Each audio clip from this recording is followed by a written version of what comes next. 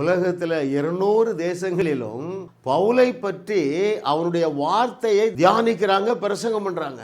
எப்பொழுதும் மனரம்யமா இருந்தான். So successful. 12 புஸ்தகங்களை எழுதினான். எருசலேம் துவக்கி இல்லிரிக்க வரைக்கும் சபைகள் நாட்டினான். ஏன் தெரியுமா? அவன் 3 காரியங்களை அறிந்திருந்தான். என்னென்ன அறிந்திருந்தான்? எல்லாமே நன்மைக்கு ஏதுவாகத்தான் நடந்துட்டு இருக்குப்பா. அப்படின்னா என்ன அர்த்தம்?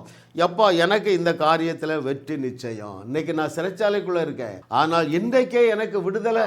இரண்டாவது என்ன அறிந்திருந்தான்?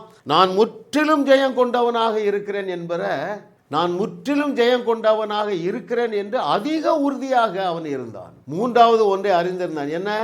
என்னை பலப்படுத்துகிற கிறிஸ்து ஒருவர் எனக்குள்ளே வாசம் பண்ணுகிறார். எல்லாவற்றையும் என்னால செய்ய முடியும். என்னை பலப்படுத்துகிற கிறிஸ்துவினாலே எல்லாவற்றையும் செய்ய எனக்கு பலன் உண்டு என்கிற நாலேஜ் தாங்க அவனை விடுவித்து பயன்படுத்தினது.